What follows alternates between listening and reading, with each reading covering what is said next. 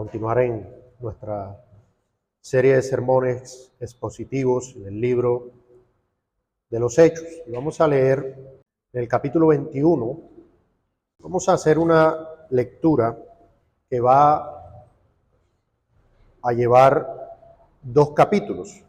Como ustedes sabrán, los capítulos y los versículos y los títulos no son inspirados. Así que la sección que vamos a leer en esta mañana comprende 2 capítulos, porque vamos a leer desde el versículo 37 del capítulo 21, ahí es donde vamos a iniciar nuestra lectura, versículo 37 hasta el capítulo 22 en el versículo 29. Cuando comenzaron a meter a Pablo en la fortaleza, dijo al tribuno: ¿se me permite decirte algo? Y él dijo: ¿sabes griego? ¿No eres tú aquel egipcio que levantó una sedición antes de estos días y sacó al desierto los 4,000 sicarios? Entonces dijo Pablo: yo de cierto soy hombre judío, de Tarso, ciudadano de una ciudad no insignificante de Cilicia, pero te ruego que me permitas hablar al pueblo. Y cuando él se lo permitió, Pablo, estando en pie en las gradas, hizo señal con la mano al pueblo, y hecho gran silencio, habló en lengua hebrea, diciendo: varones hermanos y padres, oíd ahora mi defensa ante vosotros. Y al oír que hablaba en lengua hebrea, guardaron más silencio. Y él les dijo: yo de cierto soy judío, nacido en Tarso de Cilicia, pero criado en esta ciudad, instruido a los pies de Gamaliel, estrictamente conforme a la ley de nuestros padres, celoso de Dios como hoy lo sois todos vosotros. Perseguía yo este camino hasta la muerte, prendiendo y entregando en cárceles a hombres y mujeres, como el sumo sacerdote también me es testigo, y todos los ancianos, de quienes también recibí cartas para los hermanos. Y fui a Damasco para traer presos a Jerusalén, también a los que estuviesen allí, para que fuesen castigados. Pero aconteció que yendo yo al llegar cerca de Damasco, como a mediodía, de repente me rodeó mucha luz del cielo, y caí al suelo, y oí una voz que me decía: Saulo, Saulo, ¿por qué me persigues? Yo entonces respondí: ¿quién eres, Señor? Y me dijo: yo soy Jesús de Nazaret, a quien tú persigues. Y los que estaban conmigo vieron a la verdad la luz y se espantaron, pero no entendieron la voz del que hablaba conmigo. Y dije: ¿qué haré, Señor? Y el Señor me dijo: levántate y ve a Damasco, y allí se te dirá todo lo que está ordenado que hagas. Como yo no veía a causa de la gloria de la luz, llevado de la mano por los que estaban conmigo, llegué a Damasco. Entonces uno llamado Ananías, varón piadoso según la ley, que tenía buen testimonio de todos los judíos que allí moraban, vino a mí y acercándose me dijo: hermano Saulo, recibe la vista. Yo en aquella misma hora recobré la vista y lo miré. Y él dijo: el Dios de nuestros padres te ha escogido para que conozcas su voluntad y veas al justo, y oigas la voz de su boca, porque serás testigo suyo a todos los hombres de lo que has visto y oído. Ahora pues, ¿por qué te detienes? Levántate y bautízate, y lava tus pecados, invocando su nombre. Y me aconteció, vuelto a Jerusalén, que orando en el templo me sobrevino un éxtasis, y le vi que me decía: date prisa y sal prontamente de Jerusalén, porque no recibirán tu testimonio acerca de mí. Yo dije: Señor, ellos saben que yo encarcelaba y azotaba en todas las sinagogas a los que creían en ti. Y cuando se derramaba la sangre de Esteban, tu testigo, yo mismo también estaba presente y consentía en su muerte y guardaba las ropas de los que les mataban. Pero me dijo: ve, porque yo te enviaré lejos a los gentiles. Y le oyeron hasta esta palabra. Entonces alzaron la voz diciendo: quita de la tierra a tal hombre, porque no conviene que viva. Y como ellos gritaban y arrojaban sus ropas y lanzaban polvo al aire, mandó el tribuno que le metiesen en la fortaleza y ordenó que fuese examinado con azotes, para saber por qué causa clamaban así contra él. Pero cuando le ataron con correas, Pablo dijo al centurión que estaba presente: ¿os es lícito azotar a un ciudadano romano sin haber sido condenado? Cuando el centurión oyó esto, fue y dio aviso al tribuno, diciendo: ¿qué vas a hacer? Porque este hombre es ciudadano romano. Vino el tribuno y le dijo: dime, ¿eres tú ciudadano romano? Él dijo: sí. Respondió el tribuno: yo con una gran suma adquirí esta ciudadanía. Entonces Pablo dijo: pero yo lo soy de nacimiento. Así que luego se apartaron de él los que le iban a dar tormento, y aún el tribuno, al saber que era ciudadano romano, también tuvo temor por haberle atado. El poder transformador del Evangelio ha sido evidente a lo largo de la historia de la Iglesia, alcanzando a las personas más improbables en las circunstancias más desesperadas. Un testimonio contemporáneo de este poder es el de Nicky Cruz, un expandillero cuya vida fue radicalmente cambiada por el amor de Dios. Nicky Cruz creció en Puerto Rico en un hogar disfuncional. Su padre era un sacerdote satánico y su madre practicaba la brujería, llenando su vida de abusos y maltratos. En busca de escape, Nicky se mudó a Nueva York cuando era adolescente, donde rápidamente se unió a la notoria pandilla Mau Maus. La violencia y el crimen se convirtieron en su modo de vida y pronto Nicky ascendió a la posición de líder de esta temida pandilla. En medio de esta oscuridad, un evangelista llamado David Wilkerson decidió, por una carga en su corazón, predicar el evangelio en las calles peligrosas de Nueva York. A pesar de la dura resistencia de los pandilleros, Wilkerson persistió en compartir el amor de Cristo con ellos. Nicky, conocido por su brutalidad, se enfrentó a Wilkerson con desprecio, incluso llegando a amenazarlo de muerte. Pero el evangelista continuó mostrándole amor y perdón. Un día, durante una de las reuniones de Wilkerson, Nicky se sintió abrumado por el mensaje del evangelio. El amor incondicional de Cristo penetró en su corazón endurecido y Nicky decidió entregar su vida a Cristo. Esta decisión marcó el comienzo de una transformación radical. De ser un líder temido de una pandilla violenta, Nicky se convirtió en un evangelista que lleva más de 66 años compartiendo sobre el amor de Cristo. Desde su conversión, Nicky Cruz ha viajado por el mundo compartiendo su testimonio en múltiples países y mostrando cómo el poder de Dios puede cambiar incluso la vida más desesperada. Su historia ha inspirado a miles, demostrando que nadie está fuera del alcance de la gracia de Dios. Al igual que Nicky Cruz, el apóstol Pablo también experimentó una transformación radical en su vida. Y en esta porción del libro encontramos a Pablo compartiendo su testimonio de conversión en medio de una situación extremadamente peligrosa. A pesar de enfrentar una multitud furiosa y estar bajo arresto, Pablo aprovechó la oportunidad para testificar del poder transformador de Cristo.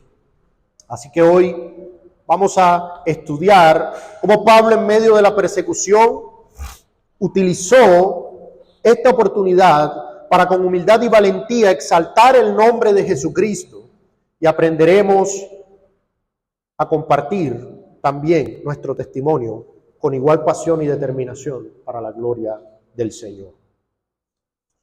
Así que vamos a adentrarnos en nuestro texto en esta mañana. En primer lugar, vamos a ver la solicitud de permiso para testificar. En los versículos 37 al 40 encontramos esta primera parte, la solicitud de permiso para testificar, versículos 37 al 40. ¿Qué es lo que vemos en estos primeros versos? En estos primeros versos vemos que una vez capturado, el tribuno romano confunde a Pablo con un egipcio que, según el historiador judío Flavio Josefo, encabezó una revuelta significativa contra el imperio alrededor del año 54. Este líder egipcio se presentó como profeta y afirmó que podía derribar los muros de Jerusalén con una sola palabra. Alcanzó a reunir más de 30,000 seguidores y prometió que los muros de la ciudad colapsarían a su señal, permitiéndole a sus seguidores entrar y tomar la ciudad. Las autoridades romanas, bajo el mando del procurador Félix, respondieron rápidamente y enviaron tropas para sofocar la revuelta. Muchos de los seguidores del egipcio fueron muertos o capturados, pero el egipcio logró escapar y no fue capturado en ese momento.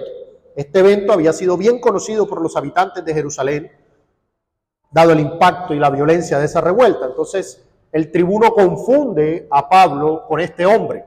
Le dice: tú no eres el egipcio, el que sacó los 4,000 sicarios, tú eres. Pero Pablo explica que no se trata de él, ya que él es judío, de Tarso, y solicita permiso para hablar al pueblo, lo cual hace en lengua hebrea. Hermanos, lo primero que podemos ver aquí es el respeto y la reverencia que Pablo tiene por la autoridad civil. Aún tratándose de una autoridad pagana, de una autoridad no cristiana, pero aún así Pablo muestra respeto. No importaban las circunstancias, no importaba lo injusto de las acusaciones que se estaban haciendo contra él, nada fue una excusa para rebelarse, sublevarse o maldecir la autoridad. Notemos la manera como Pablo solicita el permiso para hablar con el pueblo con la expresión: te ruego que me permitas. ¿Se me permite decirte algo? Es interesante este respeto a la autoridad. Y de hecho, el apóstol Pablo mismo enseña esto a la iglesia, es decir, a nosotros. En Romanos capítulo 13, versículo 1, dice la Escritura: sométase toda persona a las autoridades superiores, porque no hay autoridad sino de parte de Dios, y las que hay por Dios han sido establecidas. Te recordará cómo el Señor Jesucristo dice a Pilato: no tendrías ninguna autoridad si no te hubiese sido dada. Hermanos, piensen en el gobierno del mundo que a usted peor le caiga. Ese ha sido puesto por Dios.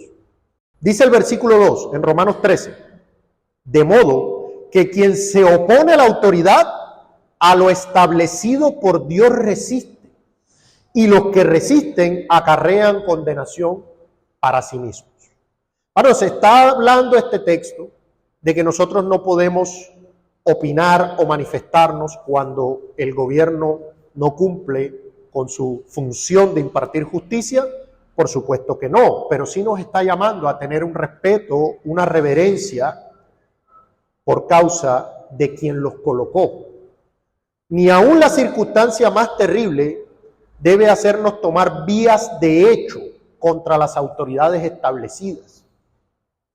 Ante la injusticia de esta situación, tal vez el apóstol Pablo pudo haber convocado a la iglesia de Jerusalén para hacer una marcha contra el gobierno romano, porque era injusto lo que estaban haciendo con él. Ese fue el proceder de la iglesia. Cuando capturaron al apóstol Pedro, la iglesia se reunió a hacer marchas, a hacer cacerolazos de aquel tiempo. ¿A eso se reunió la iglesia? ¿A qué se reunió la iglesia cuando Pedro fue capturado? A orar. A orar pidiendo por la justicia divina. Hermanos, la iglesia de Cristo a Dios se remite. Pero en el caso de la autoridad, hermanos, no estamos autorizados para tomar vías de hecho. Dios juzgará con justo juicio. Puede que no lo haga en el momento, pero lo hará. La justicia divina siempre será vindicada. También vemos en este texto, hermanos, que muchas veces se nos impide testificar por malos entendidos. Si notan que la autoridad romana confunde a Pablo con un criminal, muchas veces ocurre que se nos impide testificar por malos entendidos, y esto sucede especialmente con los reformados. Es nuestra responsabilidad tratar en lo que sea posible de estar bien con todos los hombres y mostrar amor y buenas obras que nos abran puertas para poder compartir el evangelio. Por ejemplo, hay personas de iglesias modernas o denominaciones modernas que cuando escuchan que nosotros somos calvinistas, por ejemplo, ni siquiera nos dejan hablar. Una anécdota del pastor John MacArthur, cuando una persona le dijo, ¿pero usted es calvinista? Y él dijo, sí, yo soy calvinista. Y cuando vio la cara que esa persona hizo, el pastor MacArthur le dijo, espera un momento, ¿tú qué crees que es calvinismo? Muchas veces toca aclarar, hermanos. Muchas veces toca aclarar. Ahora bien, antes de seguir, debemos aclarar algo importante para entender lo que sigue en la enseñanza. Cuando hablamos de testimonio o testificar, no nos estamos refiriendo a la intromisión de anécdotas personales o chistes dentro del culto público como hacen las iglesias modernas. Pero como podemos ver en este texto, es válido compartir el testimonio de lo que el Señor Jesucristo ha hecho en nuestras vidas en contextos adecuados en donde podamos impactar almas. Esto debe hacerse siempre procurando que la gracia de Dios sea la que brille, que el nombre de Cristo sea glorificado, porque no tenemos mérito alguno. Esta es una de esas cosas que por causa de su mal uso en las iglesias modernas nosotros hemos desechado, y es testificar. Testificar. ¿Qué es testificar? Notemos que estamos haciendo una diferenciación con evangelizar, aunque está conectado. Cuando hablamos de testificar, estamos hablando de compartir con otros lo que el Señor Jesucristo ha hecho en nuestras vidas y conectar eso con el evangelio para que estas personas puedan ser impactadas. El Señor Jesucristo mismo mandó a algunas personas a hacer esto. Vamos a Lucas, capítulo 8. Este es el texto del endemoniado gadareno, en Lucas capítulo 8, verso 39. Una vez que el endemoniado gadareno es liberado, ¿qué orden o qué instrucción le da el Señor Jesucristo? En Lucas capítulo 8, verso 39 le dice el Señor Jesucristo al hermano gadareno ya liberado: vuélvete a tu casa y cuenta cuán grandes cosas ha hecho Dios contigo. ¿Cuál es la instrucción del Señor? Ve, cuenta lo que el Señor ha hecho. ¿Y qué dice el texto? Que Él se fue publicando por toda la ciudad cuán grandes cosas había hecho Jesús con él. Interesante. Cuenta cuán grandes cosas ha hecho Dios. Y Él se va contando lo que Jesús hizo por él. La deidad de Cristo. Y no solamente fue a su casa, como le había dicho el Señor, sino que fue a viva voz, contando lo que había pasado. Ahora bien, muchos hermanos piensan que no tienen nada que testificar, porque no tienen un testimonio como el de Nicky Cruz. Nicky Cruz lleva 66 años contando su testimonio y cada vez salen más cosas.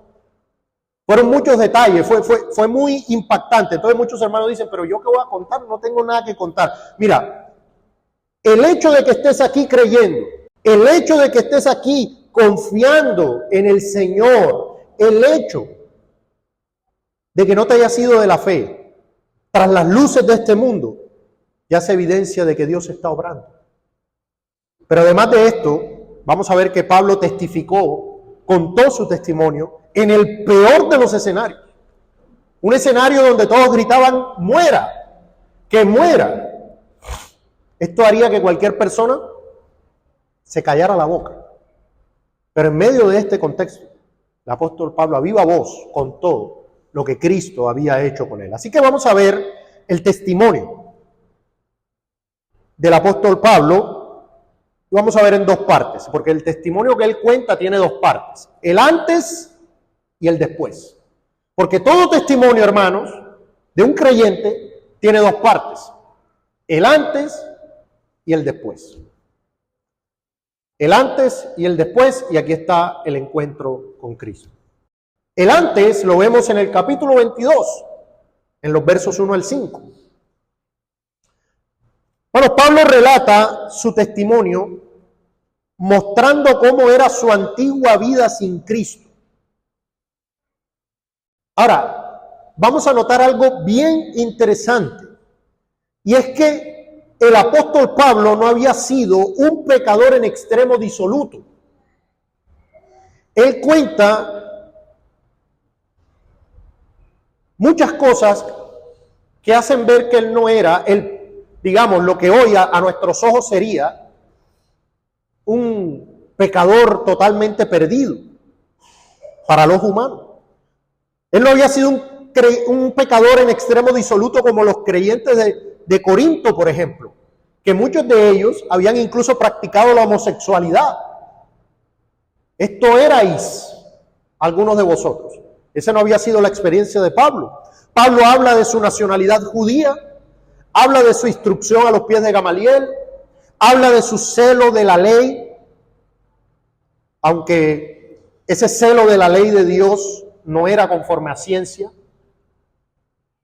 Aún así, Pablo admite su pecado, mostrando cómo perseguía el camino hasta la muerte, cómo entregó a hermanos y hermanas en las cárceles, cómo los envió para que fuesen castigados físicamente. Ahora es interesante cómo en muchas partes del libro de los Hechos y también aquí, muchas partes de la Escritura, a la vida cristiana se le llama el camino. ¿Qué nos muestra esto, hermanos? Que la vida cristiana no es algo estático, sino algo continuo, en el que por el poder del Espíritu Santo vamos avanzando hasta llegar a la estatura de Cristo, el varón perfecto. Esto no es cuestión de creer una vez y no hacer más, sino que debemos continuar en el camino de la santificación con diligencia. La salvación es por gracia, por medio de la fe sola. Pero eso no quiere decir que todas las demás gracias y virtudes que acompañan la salvación no están ahí. Cuando hablamos de fe sola es que no se necesita otra cosa para recibir la aplicación de la obra de Cristo. Pero la fe salvífica, la fe verdadera, obra por el amor. Ahora, hay una realidad, y es que los creyentes que se hundieron más profundo en el fango del pecado suelen amar más. Los que se hundieron más profundo suelen amar más. Fornicación, adulterio, borrachera, homosexualidad, ira desenfrenada, mentira, robos. Cuando el cuarto está más oscuro, más claro brilla una luz, por pequeña que sea. Hermanos, el ladrón en la cruz solo tenía libre su lengua y la usó para invocar la gracia del Salvador. Entre más consciente es un mendigo de su miseria, más dulce le suena la noticia de que ha heredado una gran riqueza. Hermanos, lo que tocamos fondo en cuanto a lo que el mundo considera el pecado disoluto, vimos con mayor gloria la cruz del Señor Jesucristo. Y esto lo enseña incluso el mismo Señor. En Lucas capítulo 7, por ejemplo, y este es Un texto muy impactante para aquellos que pasaron por ese fango horrible de los pecados públicos y visibles. Es un texto muy impactante. Lucas 7 dice que hubo un fariseo que invitó al Señor Jesucristo a comer a su casa y una mujer pecadora, muy posible que haya sido una ramera porque era muy público su pecado, se entera de que el Señor Jesucristo está en este lugar y ella va con perfume y cae a los pies del Señor Jesucristo con una contrición total, con un arrepentimiento total, porque ella sabía que no tenía absolutamente nada con que agradar a Dios. Ella era absolutamente consciente de que si era por su vida, por su pecado, estaba condenada. Y cuando este fariseo la ve, dice, mira, si el Señor supiera quién es esta mujer, no dejaría que lo tocara. Y el Señor le dice en Lucas 7:41, un acreedor tenía 2 deudores. El uno le debía 500 denarios y el otro 50. Y no teniendo ellos con qué pagar, perdonó a ambos. Di pues, ¿cuál de ellos le amará más? Respondiendo Simón, dijo, pienso que aquel a quien perdonó más. Es lógico. ¿Y qué le responde el Señor? Rectamente has juzgado. Y vuelto a la mujer, dijo a Simón, ¿ves esta mujer? Entré en tu casa y no me diste agua para mis pies, mas esta ha regado mis pies con lágrimas y los ha enjugado con sus cabellos. No me diste beso, mas esta, desde que entré, no ha cesado de besar mis pies. No ungiste mi cabeza con aceite, mas esta ha ungido con perfume mis pies. Por lo cual te digo que sus muchos pecados le son perdonados porque amó mucho. Mas aquel a quien se le perdona poco, poco ama. Y a ella le dijo, tus pecados te son perdonados. Mi querido hermano, aunque no hayas sido disoluto, debes tener claro de dónde te sacó el Señor. Porque si eres de los que tiene este espíritu farisaico, pensando que tal o cual pecador no tiene ningún tipo de esperanza, o que eres mejor que algún hermano porque no te hundiste tan hondo, tú debes entender que el Señor te salvó del camino de autojusticia que estabas recorriendo. Cuando tú comprendas realmente la santidad de Dios y comprendas la gravedad de tu pecado, podrás exclamar como Pablo, todo esto lo tengo por basura para ganar a Cristo. Pablo se consideraba el primero de los pecadores, a pesar de su celo y de la práctica externa de la religión. Hermanos, no debemos temer de testificar que Dios nos salvó de la vida que estábamos llevando. Siempre hay un testimonio. Obviamente, para muchas personas es más impactante un caso que delante de los ojos del mundo estaba perdido. Pero así no te hayas hundido hasta allá, siempre hay un testimonio. Yo estaba recorriendo un camino de justicia propia. Yo me creía una buena persona. Yo creía que yo era recto o que yo era recta. Y me di cuenta que todas esas justicias eran trapos de inmundicia delante de un Dios tan santo. Esto puede ser muy conveniente cuando estás hablando con familiares o amigos que tienen esa misma visión. Yo era como tú.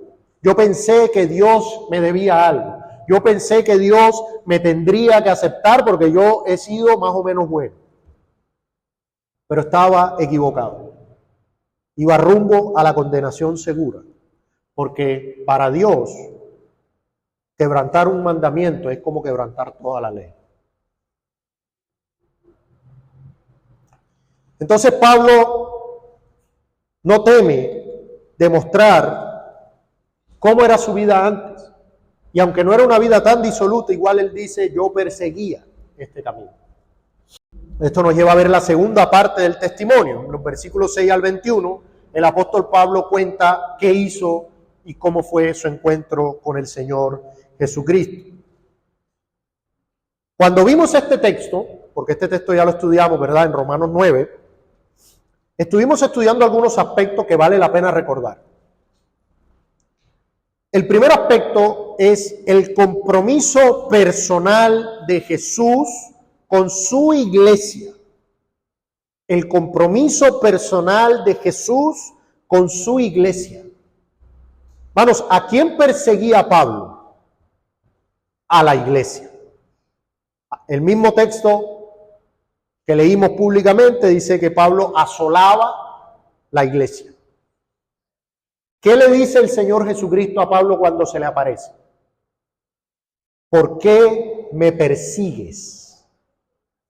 ¿Estaba el Señor Jesucristo físicamente allí? ¿Estaba Pablo persiguiendo al Señor Jesucristo físicamente?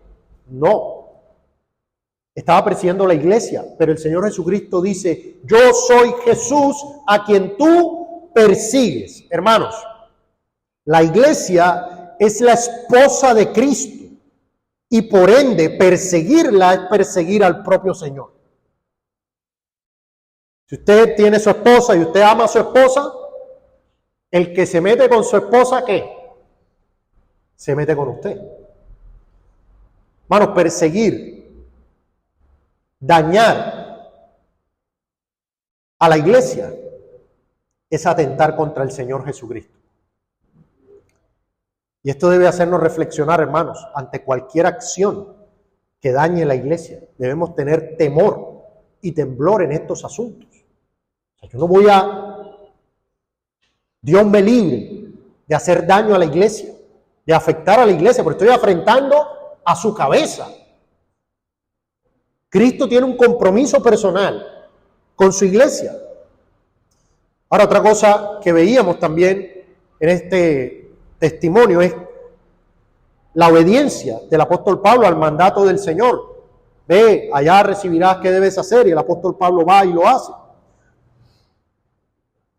Otra cosa que vemos en el texto, que también en su momento estudiamos, pero que vale la pena recordarlo, es el perdón de los pecados por la fe en Jesús y el bautismo como señal de la fe que ya se ha tenido. Y aquí quiero aclarar algo de manera rápida, que nos podemos encontrar con este tipo de cosas. El versículo 16 dice, ahora pues, ¿por qué te detienes? Levántate y bautízate y lava tus pecados invocando su nombre. Este verso es usado por sectas que enseñan que el bautismo en agua tiene poder salvífico o que es necesario para salvación. Pero este verso no está enseñando eso. Este verso no está enseñando eso. De hecho, aquí la expresión lava tus pecados en realidad se traduce más literalmente como deja ir tus pecados. Pero usó la palabra lava, entonces muchos piensan que es que el agua quita literalmente el pecado. Pero en realidad, en el griego la expresión es deja ir tus pecados invocando su nombre. Y esto es concordante con lo que el mismo apóstol Pablo enseña más adelante, diciendo que con el corazón se cree, pero con la boca se confiesa. Así que todo el que invocare el nombre del Señor será salvo. En realidad, esto no enseña otra cosa, sino la salvación por gracia, por medio de la fe. Ahora bien, lo que sí es interesante es que cuando aquí se dice, levántate y bautízate, literalmente lo que Ananías le dice a Pablo es, levántate y sé sumergido. Eso es lo que literalmente dice el texto. Ahora bien, ¿por qué el apóstol Pablo está compartiendo este testimonio con los judíos, con los de su nación, con todos estos habitantes de Jerusalén? Hermanos, para Pablo aquí lo importante era dejar claro lo que Cristo hizo con él, cómo lo llamó, cómo lo perdonó y cómo ellos también podían ser partícipes de esto. Pablo amaba a su nación y quería que su audiencia comprendiera el Evangelio y lo que Cristo podía hacer con ellos. Esta salvación es para ustedes también. Arrepiéntanse, crean. El apóstol Pablo deja claro ese sentimiento hacia su nación en Romanos capítulo 10, verso 1. Dice: hermanos, ciertamente el anhelo de mi corazón y mi oración a Dios por Israel es para salvación. Este era el deseo de Pablo para con ellos. Por eso no desaprovechaba cualquier oportunidad para predicarles, para testificarles. Y mire lo que dice en Romanos 10, verso 2. Porque yo les doy testimonio de que tienen celo de Dios, pero no conforme a ciencia. Esta palabra ciencia es conocimiento. Tienen celo de Dios, pero no entienden, no conocen a Dios. ¿Por qué? Porque ignorando la justicia de Dios y procurando establecer la suya propia, no se han sujetado a la justicia de Dios. Ellos quieren establecer su propia justicia, que es por la ley, por los mandamientos, por obedecer. Pero el versículo 4 dice: porque el fin de la ley es Cristo, para justicia a todo aquel que cree. Hoy en día hay muchas personas igual que estos judíos, queriendo establecer su propia justicia por hacer obras de caridad, queriendo establecer su propia justicia portándose supuestamente bien, queriendo ser buenos ciudadanos, queriendo establecer su propia justicia y desechando la justicia de Dios, que es por la fe en Cristo. En los versos 19 y 20 de nuestro texto, en capítulo 22, el apóstol deja claro que él no era digno de ser escogido, de ser perdonado o de ser enviado. Él le dice: Señor Jesús, pero yo hice esto, yo hice todas estas cosas contra ti. Estuve ahí, aprobé la muerte de tu testigo. ¿Qué nos deja claro esto, hermanos? ¿Qué nos deja claro esto? Que todo lo que pasó en la vida de Pablo fue por la pura gracia de Dios. Pablo no merecía la salvación.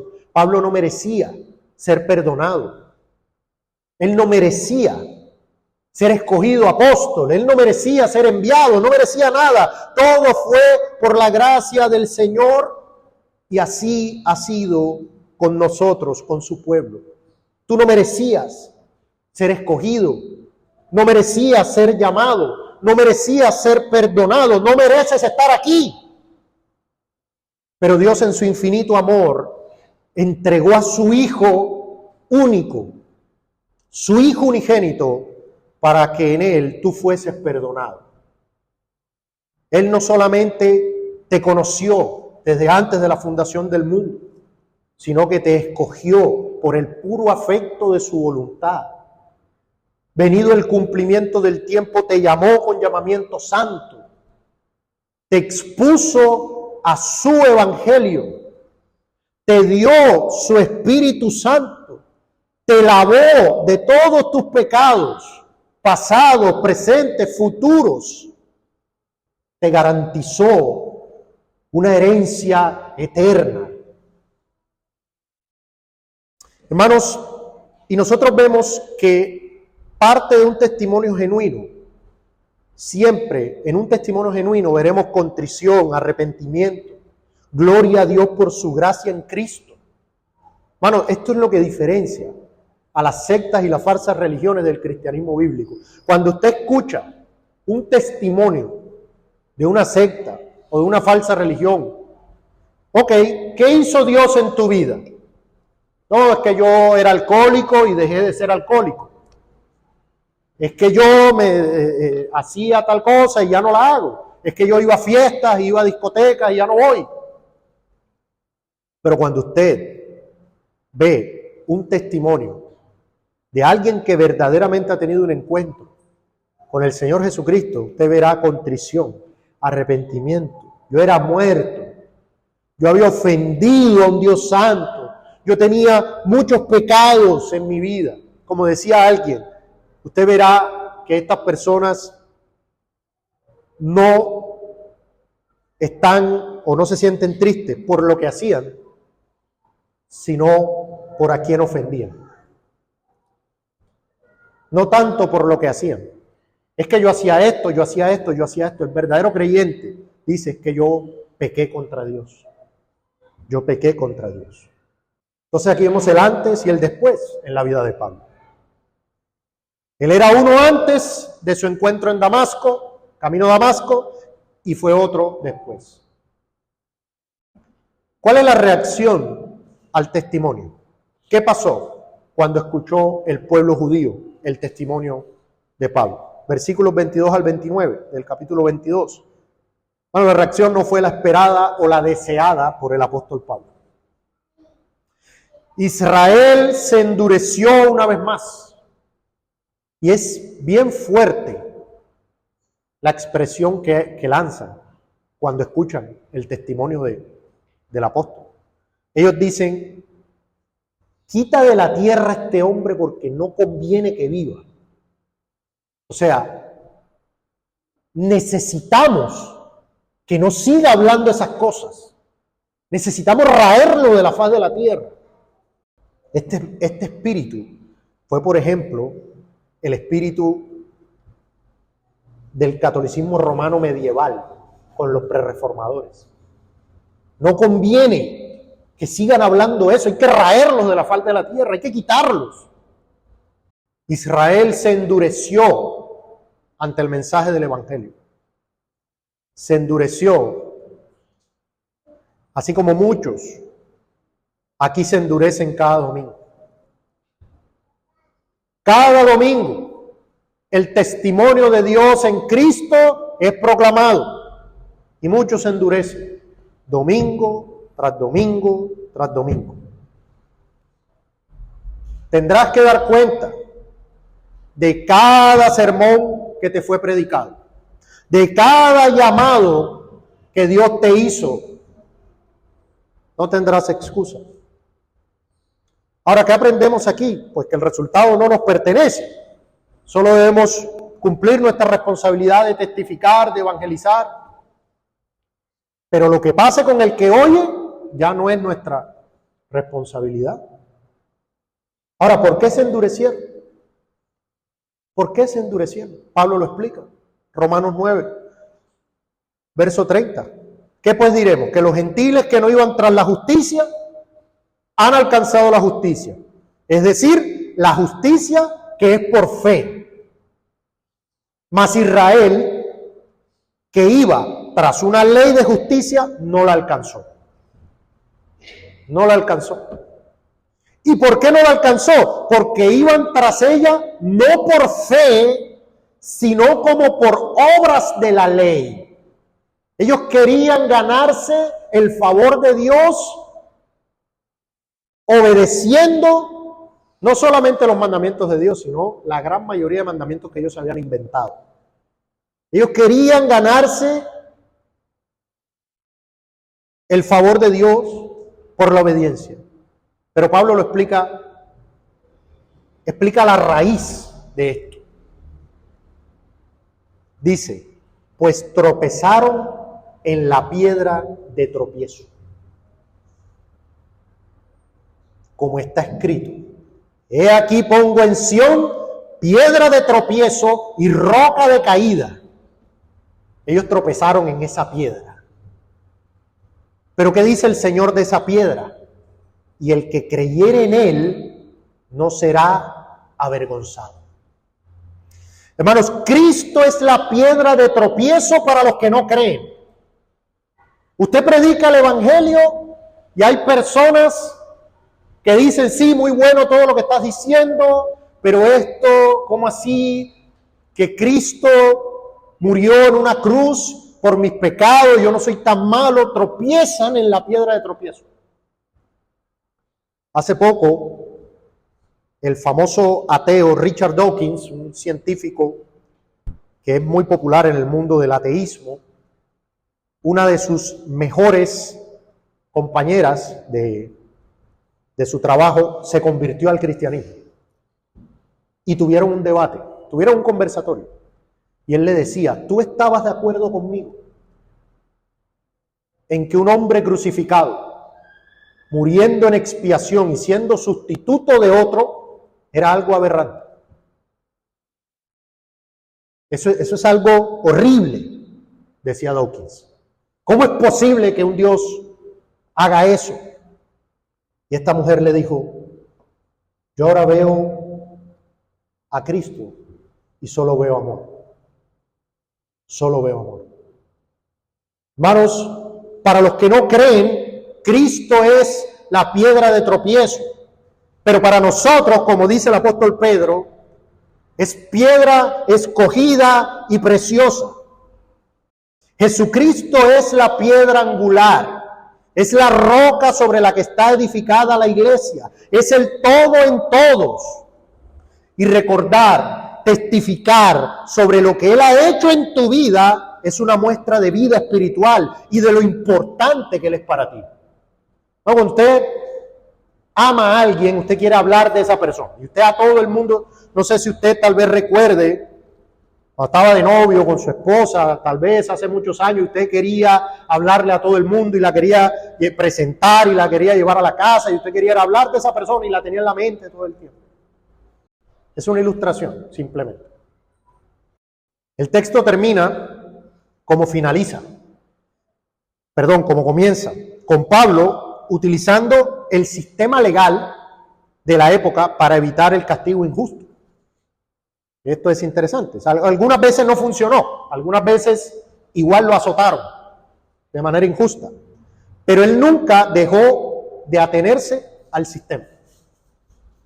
A veces funcionó, a veces no funcionó, pero él siempre respetó la autoridad.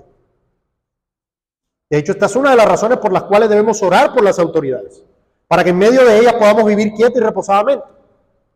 ¿Qué hace el apóstol Pablo? Mire, yo soy ciudadano romano. ¿Por qué me va a azotar? Sin juicio. Él apela al sistema.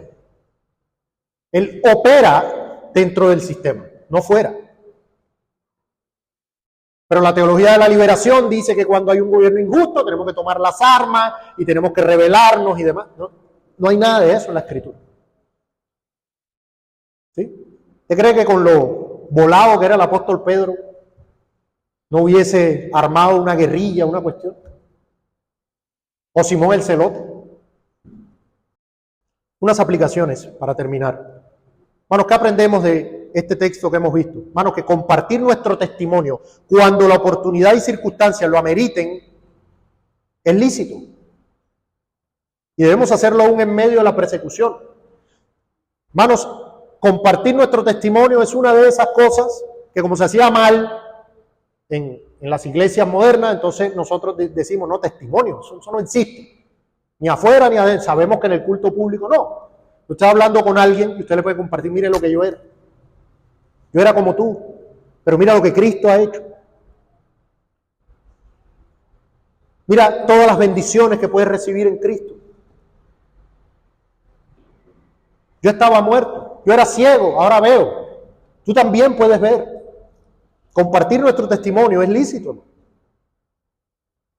Es una buena noticia y deberíamos compartirla siempre conectándolo con el Evangelio y glorificando a Dios. Te aprovecha. ¿Sí? Yo era un borracho, pero mira cómo el Señor me encontró.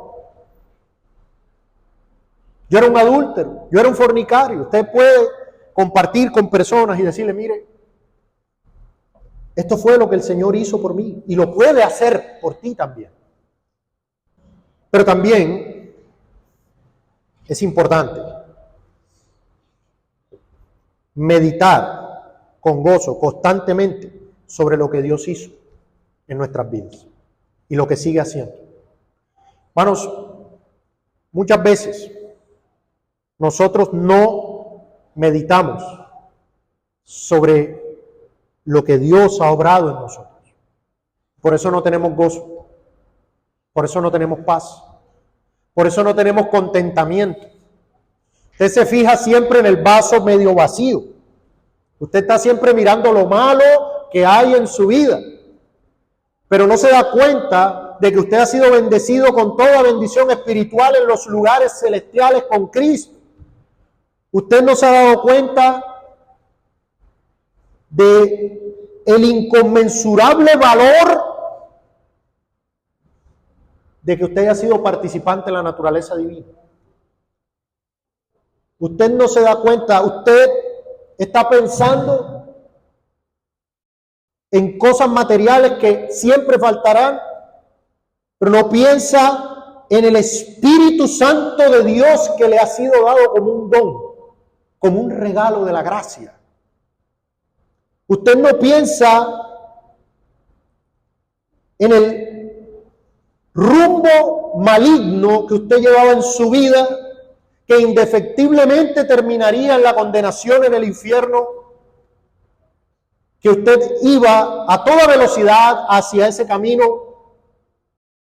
y que Dios metió su mano y lo tomó, lo agarró y te dijo, mío, mío. No meditamos en esas cosas, no pensamos en eso. ¿Te recuerda, por ejemplo, su bautismo? Cuando usted confesó con su boca que Cristo es su Señor, es muerto con Cristo. ¿Te recuerda eso? Eso fue un mero trámite. Hay gente hoy que no conoce a Dios, que no conoce al Señor Jesucristo. Hay gente hoy en iglesias falsas, en sectas, en doctrinas inmundas.